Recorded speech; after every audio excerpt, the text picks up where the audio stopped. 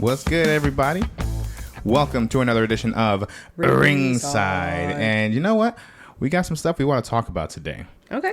And I want to start this off. Listen, it's been a crazy time. Mm-hmm. It's a crazy time out there, folks. Unprecedented times. Truly unprecedented times. Things we've never seen in the last 5, 6, 8 years, right? And in a time where social and political tensions continue to rise, we often escape to art. Mm-hmm. We often turn to art in all of its forms as a means of escapism, right? Whether it's creating art or consuming art, we look to that art to take us from the ordinary into the extraordinary, to feel, to open ourselves up to the possibility of being changed, in the hopes that the art that we consume with our communities might bring us a little bit closer together, even if just for a fleeting moment. And in that fleeting moment, to just for a little bit end some of that divisiveness. And so with that, we're going to talk about Star Wars and the Acolyte. Okay. What a beautiful speech.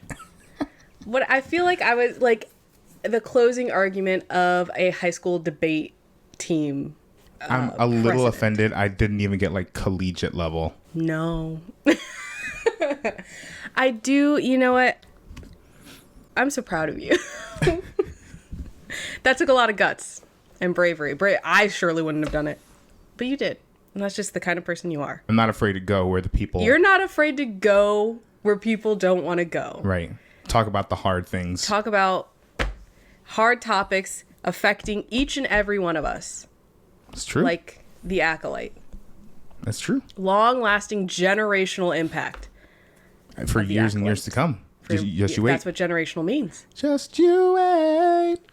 You always have to slip in a little bit of musical theater.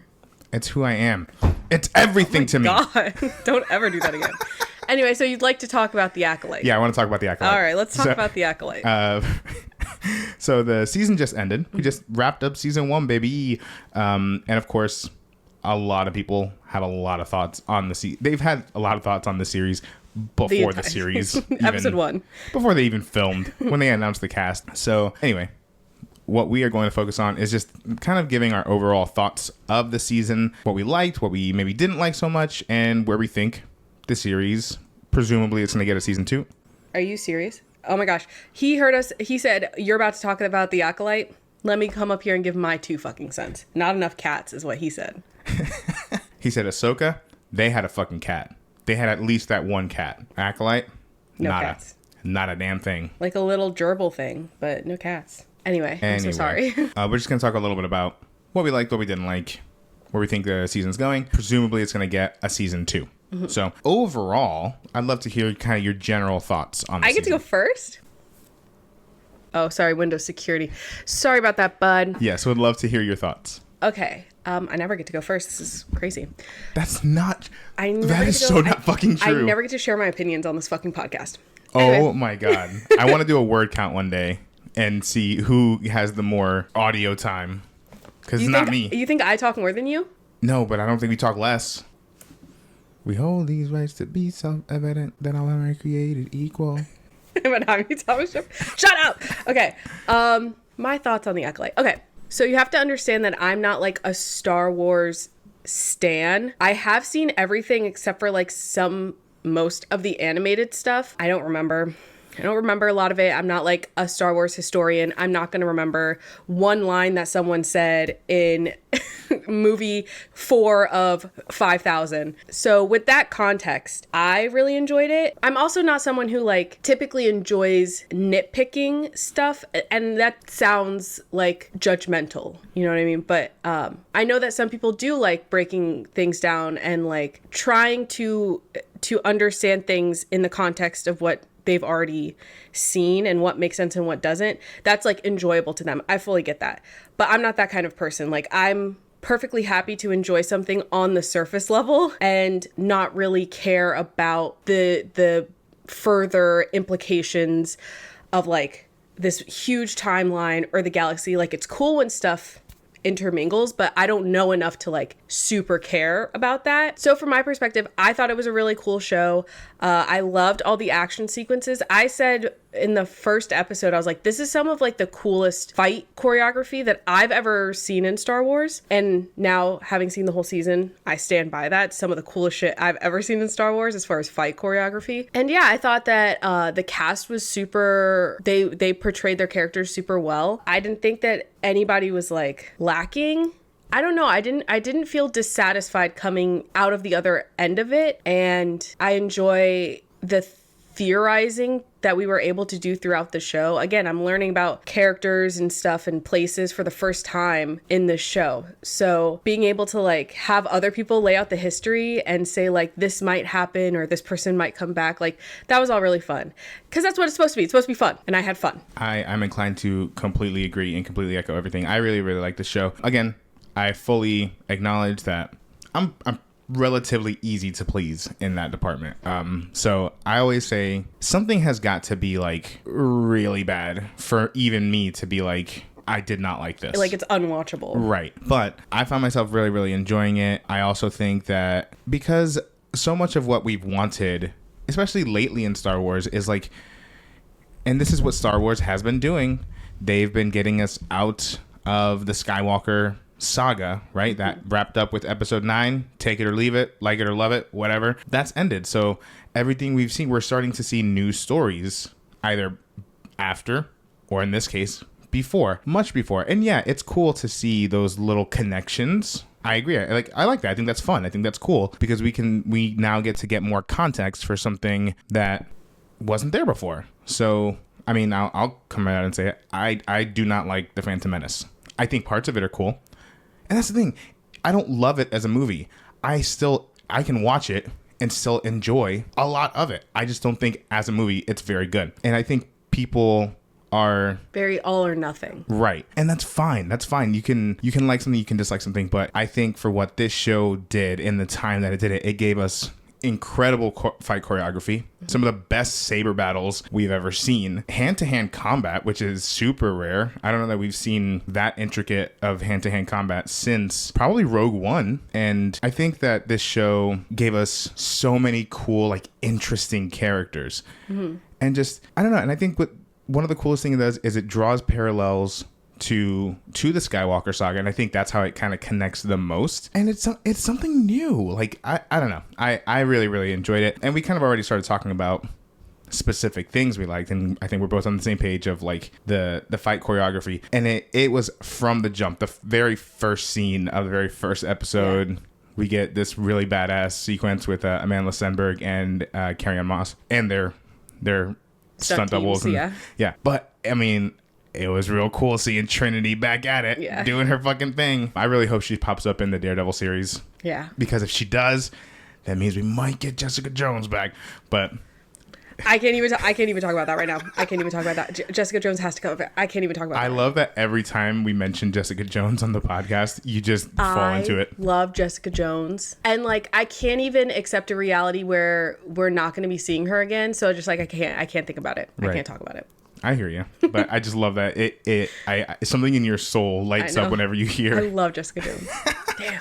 I do too. But yeah, right out the fucking gate. And so I love that. I love the sort of whodunit approach with the mystery part of it toward the beginning. And I think it leads to fun. I think it leads to fun, like, swerves in the story.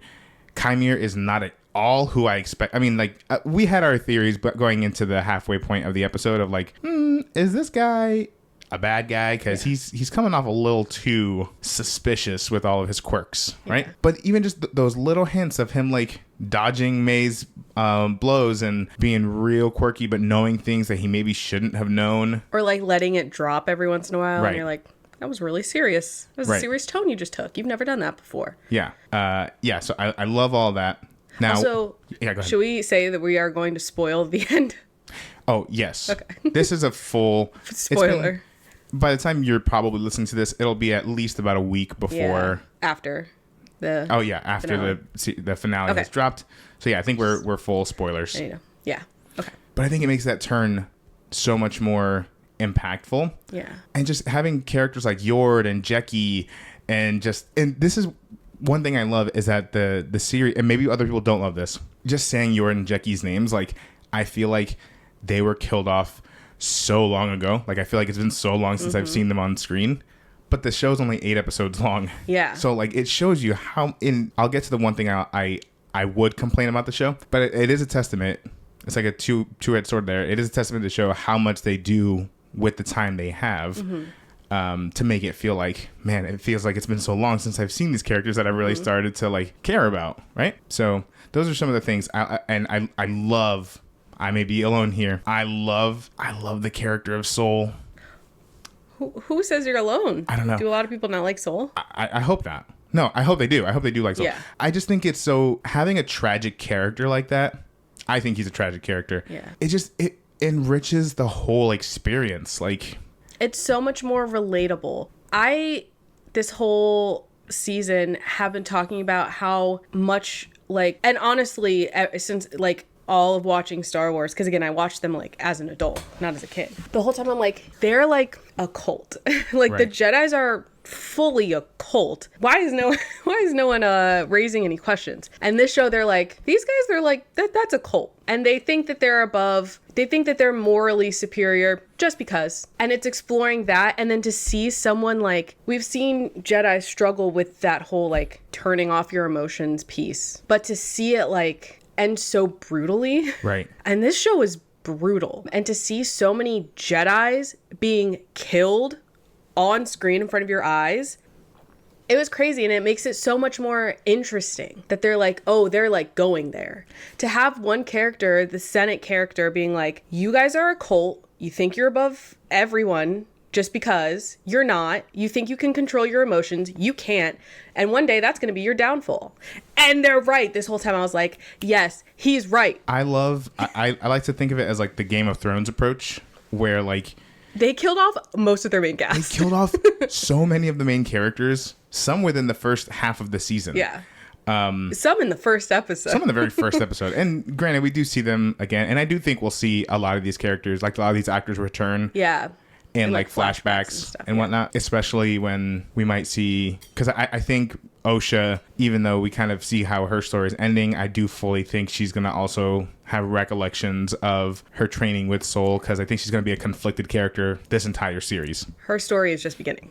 Let's not get it twisted. But seeing that it really is just these 4 Jedi, you know, you have Indara, Kalnaka, Torben, and Soul, and just all the different approaches, and really, I love that the show goes back and forth. It shows you both sides of that. Like, okay, this Jedi is getting a little too overzealous and like letting his emotions get in the way. And you have that voice of reason who's like doing everything that they should be doing, that we as an audience, much like the people of the galaxy there, right, expect the Jedi to act, to go to the council for approval on things, to do their missions, to not interfere with local people unless there's a whatever. But to see those vastly different approaches and how Soul's actions, I mean, it leads to his own demise, right? Yeah. He had all these choices, he made the ones he made that affected, one could argue, got everyone else killed eventually. Yeah. I mean, again, that's it potato. It depends on how you perceive it. But I think one could argue that. But to his dying breath, he maintained, like, I did what I thought was the right thing to do. Yeah. Like, that was my choice, and I wouldn't change it. Yeah. Like, and then, of course, perhaps the most interesting character that everyone's talking about, Kendra's already smiling, the stranger Chimere. Yeah. I mean, we've said it here, you've said it here, get more baddies into the Sith. Recruit more baddies. And here's the thing. You can't help but overhear on the internet people dogging everything about this show. And one thing that I kept hearing was like, they put in this hot guy character just so girls would care about Star Wars or whatever. Which is like, how many guys complained that Aloy and Horizon, quote, wasn't hot? Well, that, or even like how many majority men complain when the main character in any story is a woman, because they want to look at a hot, sexy man running around. Men, I get that, quite frankly. But also, like, there's precedent. That's the thing that makes me really upset when people criticize certain parts of the show. There are some criticisms that are very valid. Other we will get to. criticisms, We will like, get to. oh, they're just like, they want more women to watch, so they're putting in this hot bad boy character. Hayden Christensen was in 3 full movies. Granted, was he bad the whole time? Some would argue yes. Some would argue, yeah, he was a bad boy. But like, he was there, and he was doing it, and he did it. So like, we already had that precedent. Kylo Ren, to some people, is hot. He was already there, and he was doing it, and he did it. So like, this is nothing new, A.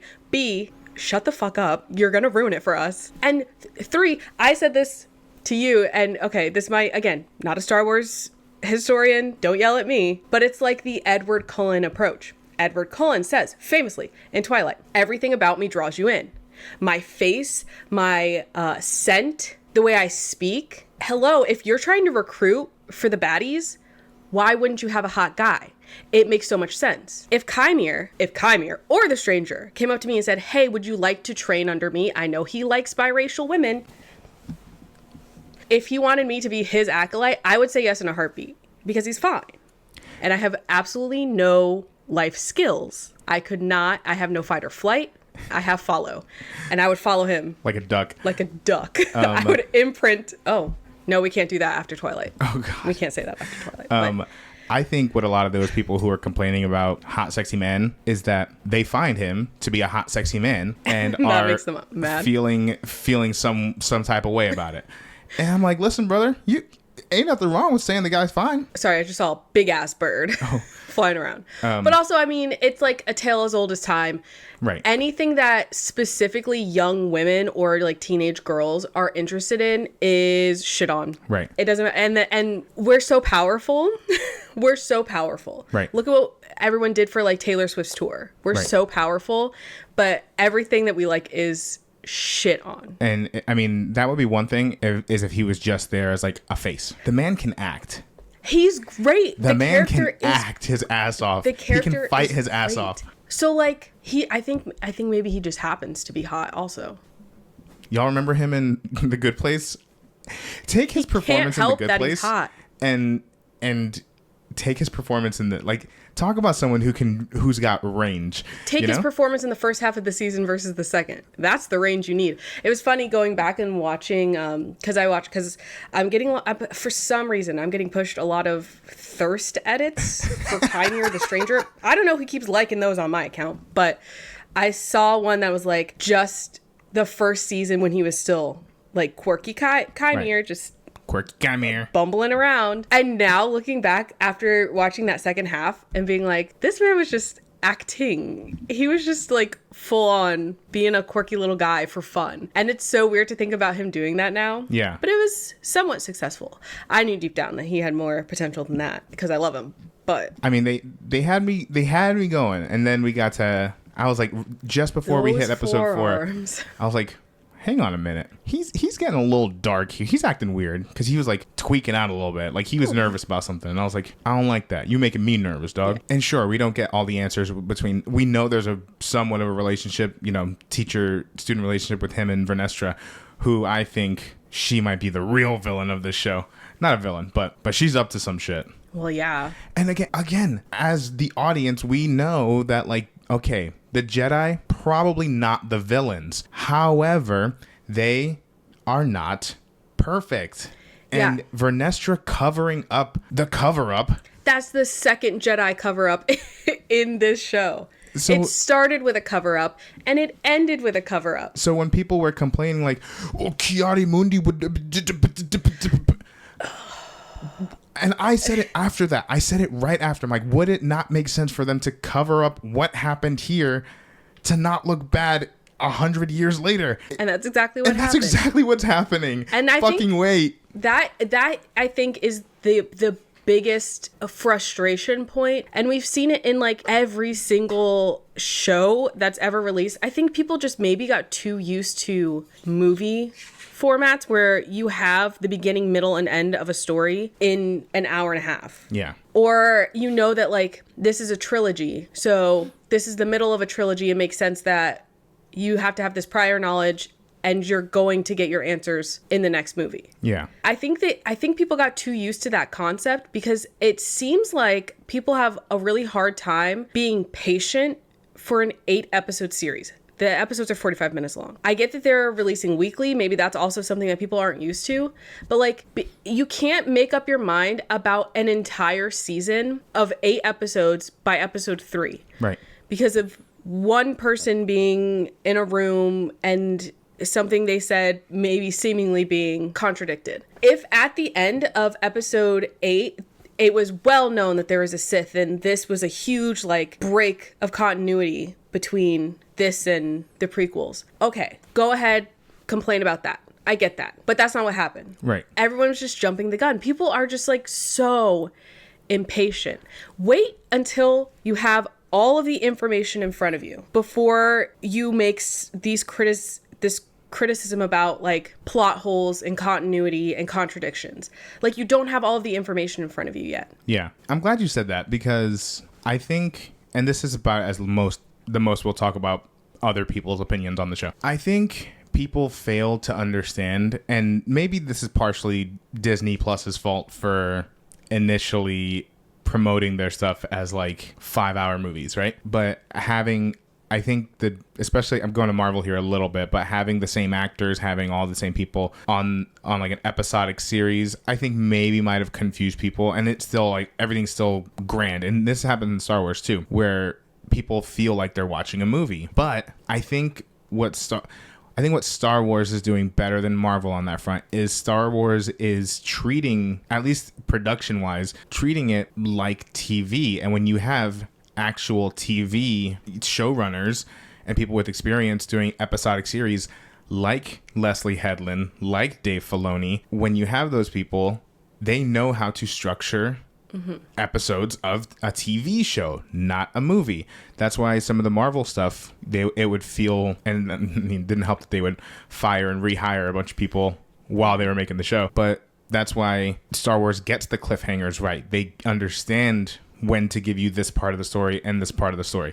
And I think now some fans are confused by that. And I mean, you could go down the rabbit hole of like, what's to blame? Is it Netflix dropping all their series all their episodes at once, and people like the binge culture of it all? You could talk about the attention span of people now. Like, there's a whole like thing. But I think overall, you're absolutely right. I think people are just impatient and refuse to let a story play out. And I think there's a lot of isms that surround this show from a very loud minority of the fan base that are a part of that. But what I will say, I'm not agreeing with any of those people, but just to kind of touch on some of the things that maybe I didn't enjoy as much about the show, and it's again to the show's testament. I think the episodes could have been a little longer for some of the episodes, because some of the episodes were that like 45-50 minute mark, but some of them were like reaching under 40 minutes. So I do think that we could have stood to use a little bit more time, especially in the first half of the season, which, again, when you have all 8 episodes and you can fully see like, okay, this is why they didn't do this here. But so like you have a little bit of hindsight or retrospect to go off of. But especially in the beginning, these are all brand new characters. So like you're trying to get people to invest in these characters quickly because there's only 8 episodes, right? So I do think that there could have been a little longer of a runtime, but to the show's testament, that's only because like I'm enjoying what I'm seeing. Yeah. I want to see more of it. So I think there's that. And I think I'm not one of the people who complained or will complain about Amanda Stenberg's performance. She was that girl had so much to do in this show. And this is where I get super upset. And part of me is like using experience being on stage and also just experience watching a lot of these movies. Hayden Christensen has now been playing Anakin Skywalker for 20 years, right? Granted, he took a long time off of that. Because of people. And Robert Downey Jr. has been playing Iron Man 20 years. Almost 20 years. Those are people who have had the experience and longevity and careers to do that. And they understand the characters they're playing on a molecular level. Amanda Stenberg has been playing May and Osha for just this series. She's doing double duty, 2 completely different headspaces. And not only that, 2 completely different headspaces that then flip. Yes. As you go along. So that's 4 people. No. And that's a lot. You know. And she's like 25. Yeah, that type of role is an actor's dream. Something to really sink your teeth into and just like, okay, I need this character to sort of develop this character, but they're two different characters, but they're the same character. They're the same. There's so much. And so knowing that, anyone who ever complains about acting or writing on a show or in a movie, I urge you, go to your local theater company. Audition. Take an acting class. Take a playwriting class. Go do a script analysis class at your local college just to get a little perspective and a little appreciation for what you're complaining about, because it's not easy. Yeah. And as an actor, it's a dream to do a role like that, right? So not that I'm complaining about it, because I can only imagine. And then on top of that, she's doing fighting and doing all this like intricate work. You're running around in some muggy forest somewhere. Like, anyway, so. But I do think that we had a little bit of you could feel, it's the first season of a show, so you could feel some of these people kind of finding their footing within the first couple episodes. Again, these are brand new characters, many of which we've never heard of. Some we have, if you're familiar with the books or whatever. Yeah. But a lot of these are brand new characters. Also, isn't this the first time we've seen this time period in live action? Yeah. So that's a whole other there's a whole different dynamic. Yeah. So I do agree though that we might have felt a little bit of that, of these people finding their footing settling into their characters as the season goes on. But all that said, by the time, at least for me, I mean, I liked the show from the jump, but like when I really locked in was like, oh shit, they're getting rid of some people. The stakes are super high. Yeah. It's not like, and I'm not, no tea, no shade. You know us, we love The Mandalorian here.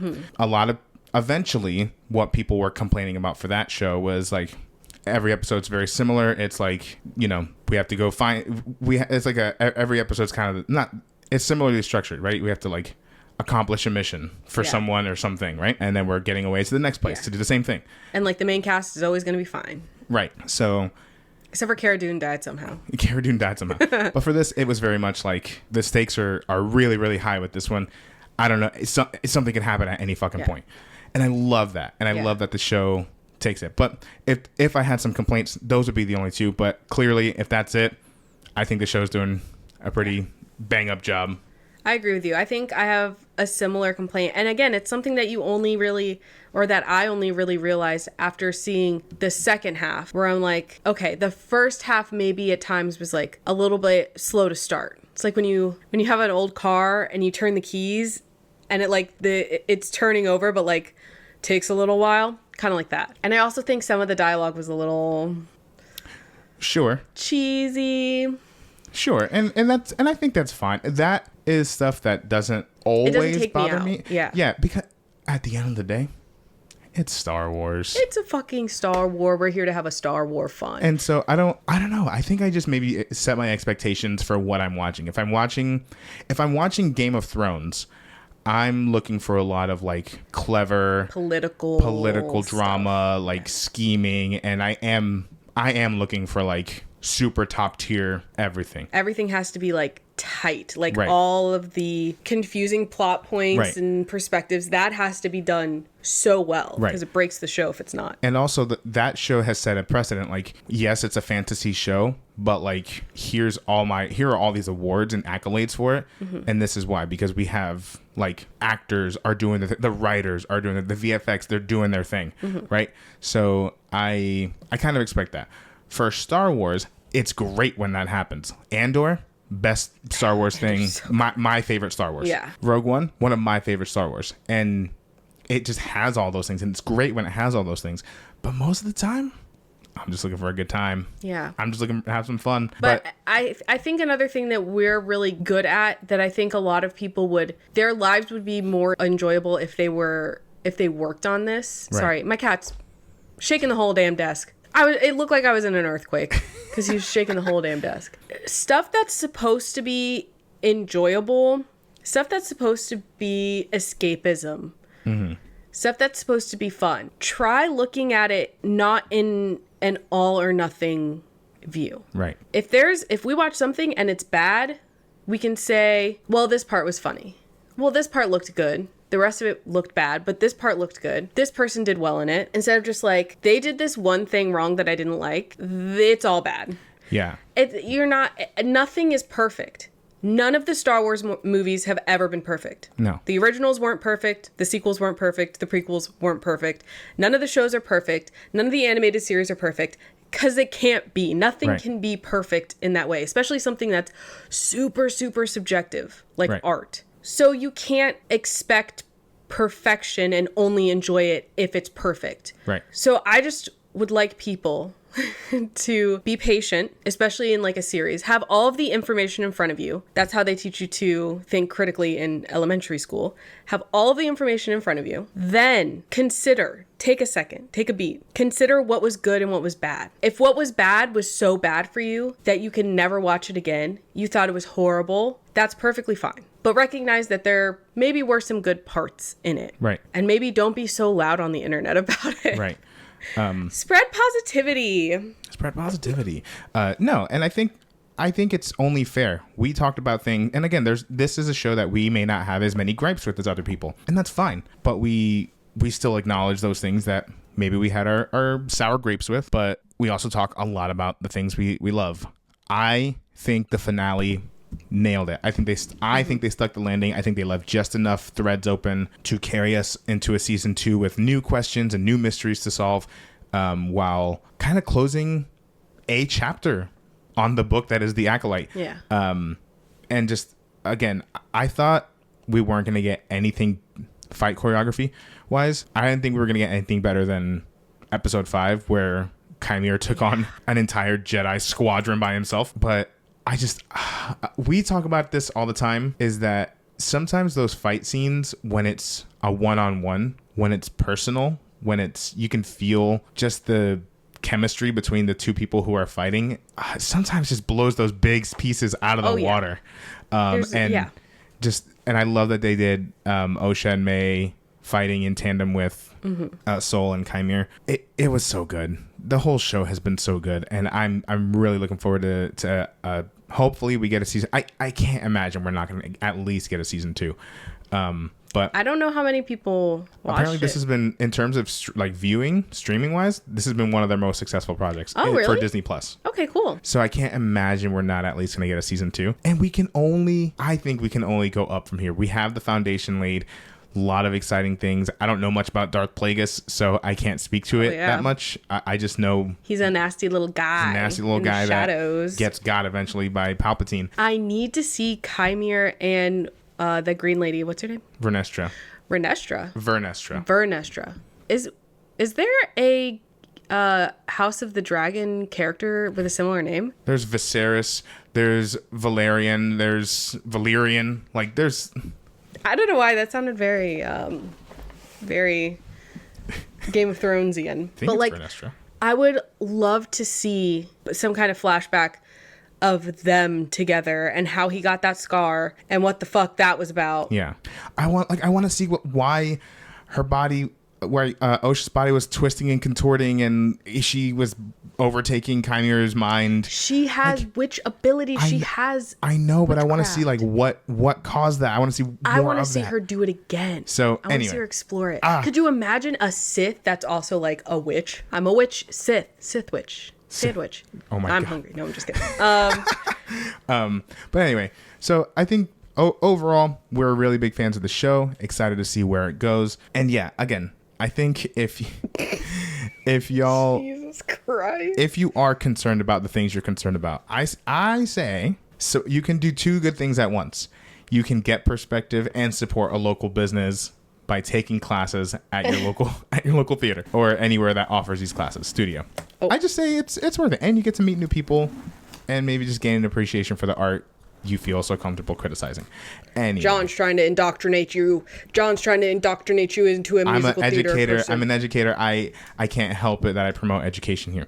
Anyway, real quick before we head on out of here, we do want to just touch on some of the big things happening in WWE right now. I fucked up my camera. My God. I was trying to show Bustelo and I fucked it up. It's tilted. Keep going. Keep talking. Anyway, so just kind of recapping a few of the big things that happened, besides NXT just absolutely crushing it from week to week. I believe in Joe Hendry. On Monday Night Raw, we had a couple of crazy moments, particularly Gunther and Damian Priest having this, I thought it was an awesome, promo with one another. But holy shit, did they turn Gunther into an even bigger villain than he already was. They were like, you guys, you can't, don't mistake for a second that Gunther is the bad guy and probably will always be. He was saying some off-the-cuff shit. And they were like, hey, Gunther, that wasn't in the script. Hey, Gunther, you can't improvise stuff like that, bud. He was saying shit like, my parents fucking loved me. I was being on the streets a choice. My parents gave me everything. I wanted for nothing. Being on the street was a choice. Gunther, you can't say he that. Said, poor, I can't relate. He goes, you had to fight and claw for everything? My parents loved me. They gave me everything. And I made the most of it because I'm better than you. He said, I wasn't even aware of what wrestling was until WWE called me. Yeah, I wasn't looking for a job here. They came to me because they said, everyone here sucks. Damn. Yeah, they really, I like that they did this approach. They really gave it to you black and white. Like, okay, Damian Priest, not like that. Damian Priest is the face here. Like he is the baby face. Yeah. And I think the only thing really holding him back 100% is the fact that he's still in Judgment Day. For now. But even then, like, you see him while in Judgment Day, he's getting along with Jey Uso. He's joking around. He's making jokes at Dominic's expense, which, love you, Dom, but you kind of deserve it. What did Dom say at the end of that promo? He's like, I'm going to go show him who's a real man or something like that. Just like, okay. But yeah, I love that moment between them. I think, because I think sometimes I love the WWE universe, but sometimes they just need it told plain black and white. Like, here's a good guy, here's a bad guy. Like, don't get it confused. Whatever, I'll still be rooting for Gunt. I mean, we're always a Gunt household. I'm rooting for my boy Damian Priest. I don't think he's losing the title, but that's just me. We'll talk about that on pre-preview. Yeah, when we do our live stream in about a week and a half, y'all can come check that out. Also, the ever-evolving story between CM Punk and Drew McIntyre. So Drew McIntyre was resuspended again. Yeah. Yeah, he blew that. After refusing to apologize. I do think the apology thing to the refs was a little weird to do that, but whatever. I do like that they're like, we can't even have them in the same building for right now. I don't know. CM Punk has a big announcement coming up, so I'm thinking maybe we might get CM Punk versus DM Hunk at SummerSlam. We might. Yeah, I can see that announcement is him saying that he's finally medically cleared. Yeah. Even though he's out fucking swinging on people anyway. I know. With no brace on. Can I just say that I saw a TikTok of, it was like a ship between CM Punk and Drew McIntyre? Yeah, and it was called Punkentire. And I do like that. And I do ship them. Jesus Christ. I ship them in hell. I hope that, you know what I would do? Just to fuck with everyone, if I were Adam Pearce, Triple H, I would put Drew McIntyre and CM Punk on a tag team against DIY for the tag titles or whoever the Raw tag champs are. Oh my God, Busel, please stop. Who are the champions on Raw? Judgment Day. I would put them against Judgment Day you guys have to get at SummerSlam and force them to be tag partners. No, that would piss people off. I know, but I just want to piss them off. No, but I think maybe we might get a match. I think it's very possible for the first time in a year. Yeah. That they've been beefing. Oh my God. Busello. Oh my God. He was climbing on the side of my door. He's fucking crazy. I can't show you guys because I'm going to mess up my camera again, but he's going absolutely Our cat is succumbing to the dark side. He's doing some shit. Anyway, we're almost done. Is Liv Morgan's revenge tour coming to an end? Yes. You think SummerSlam she's losing the title to Rhea? Well, we can talk about that later, but all I will say, you know what, we'll save that. Okay. What I do think is I think we have been very big supporters of the idea that Liv Morgan's revenge tour is not just a steal your man kind of story. We think there's something much bigger. She confirmed that in that little video promo. Yeah. Well, she said that it didn't start that way, but then she had real feelings for Dominic, right. Which I don't believe. Which I still don't believe that. I think she is actively trying to oust Rhea Ripley. I don't even know if she's trying to oust Rhea Ripley as much as just to get the Judgment Day to implode. I don't know if she wants to replace Rhea Ripley in the Judgment Day. I think she just wants the Judgment Day to break up. Yeah. Or at least part of it, as much as she can get. Right. But yeah, it's kind of unfortunate. It's kind of bittersweet because I love that Rhea Ripley's back because I Right. love Rhea Ripley. But this was the most interesting stuff that Liv Morgan has done in years. Right. So I do think it's coming to an end, but part of me is like, oh man, like what are they going to do with Liv now when this is over? Yeah. So, I don't know where her reign goes from here because I feel like I don't know. That's the thing is I don't know. I don't know that we're ending toward the end of her reign or just the end of this part of the revenge tour. But I agree. Like, I think I still maintain this is the most interesting she's been. And yeah, I don't know. I still think there's something much bigger at play, but that maybe, again, that's the Game of Thrones fan in me that wants there to be some sort of big thing happening. But my thing is like Rhea forgave Dom so quickly, suspiciously quickly. And I have been rooting for, as I have been for years and years and years, I need to see Rhea Ripley versus Dominic Mysterio at some point. They are perfect to do that kind of like mixed match. I have been seeing a lot of clips of Chelsea Green in Lucha Underground. We need more men v women matches, not mixed tag teams. One man versus one woman. Agreed. It would be so much fun. I agree. And like the way that you can do moves is like entirely different. If you're not doing it on another big man, right. If you're doing it on like a little lady, or inverse. If you're Rhea Ripley and you're not whatever raising Nia Jax above your head, right, or whatever she does, and instead you're focusing on Dominic Mysterio, who I think is 90 pounds, right? Like there's just more options for what you can do, and I think it'd be so interesting, and especially like this is the most perfect storyline for that to happen in. But now that she forgave him, I'm like, oh, man, am I ever gonna get Rhea Ripley versus Dominic Mysterio? We might get main event mommy at some point, but we'll see. I don't think they're gonna do that. Tiffy time at SummerSlam. Yeah. I know, she's been teasing cashing in. Like I said when you brought this up on Friday or last week, I don't know. The women's Money in the Bank contract is the only Money in the Bank contract we have in play. So I don't know if they'd get rid of both of them so quickly, but they could. What I think they could, and we'll see. I'm happy to be wrong. I could see them using it as a way to get Tiffany Stratton onto Monday Night Raw in time for the Netflix premiere of Raw in January. I could see her hanging on to it that way when Raw's on Netflix, because I think they're going to want a stacked card for Raw. I think. I've been wrong before. When's the draft? I don't know. But that doesn't matter. If she wins that championship, she would be on that show. I was just saying separately, I wonder when the draft is. If it's going to be before or after. Yeah, I don't know. I feel like it's after WrestleMania. Yeah. Anyway, I could also see them doing that to get her on the same brand as Ludwig Kaiser, which, by the way, I saw a TikTok of them together. Oh. Who's making up lies? Not that it's any of our fucking business who Tiffany Stratton is dating. Right. Some of you guys are really weird about that kind of stuff. Yeah. Not to call you out, but do better. No, call them out. They're weird. But yeah, I did see them together. And so we'll see. I don't know. I think it's a possibility. I don't think it's crazy. But then that begs the question: is she cashing in on Bayley? Or is she cashing in on Nia Jax? I don't think it gives us enough time to get that pink suitcase. Why hasn't...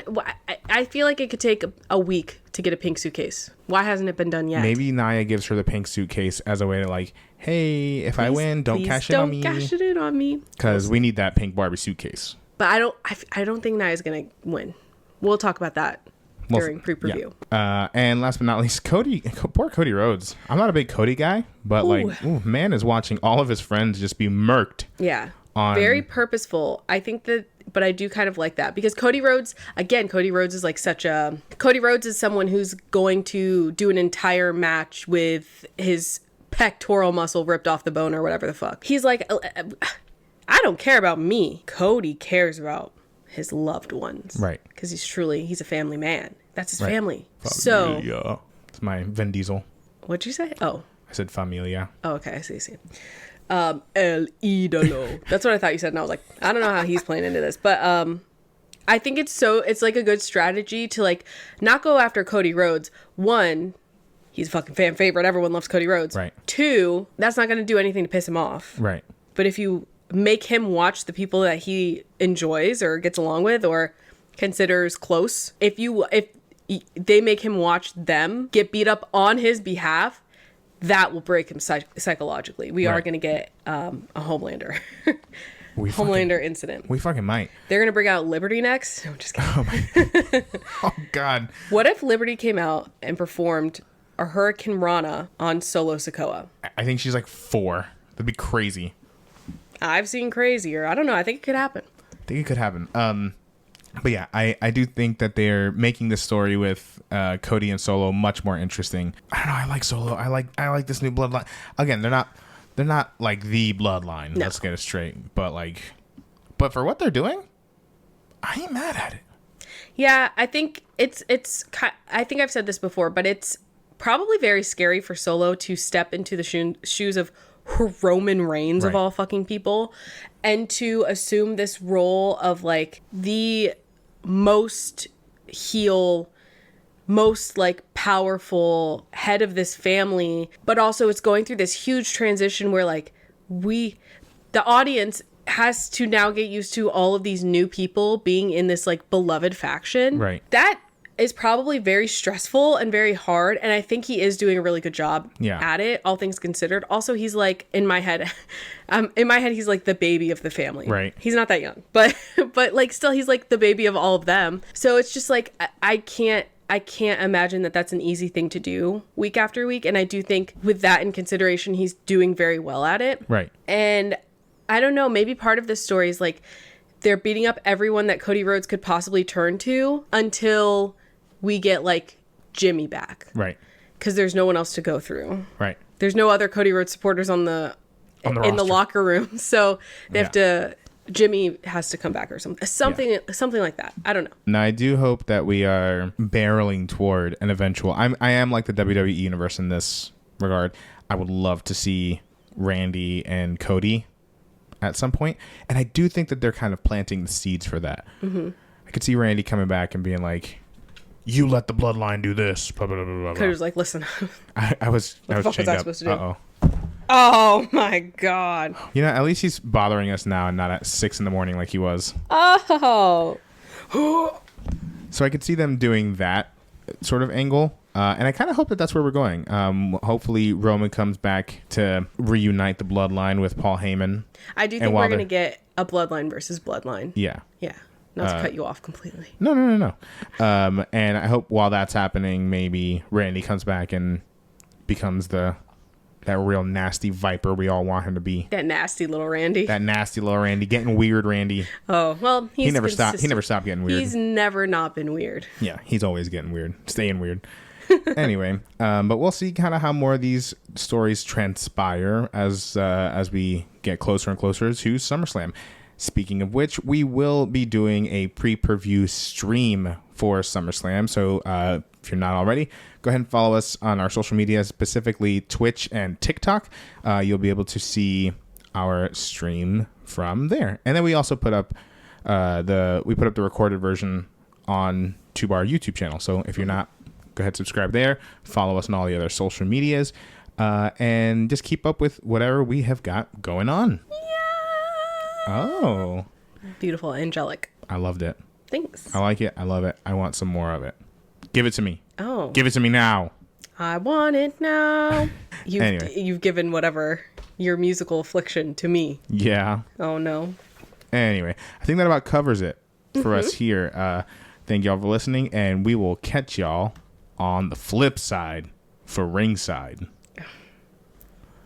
Talk to you guys later. Peace. Bye.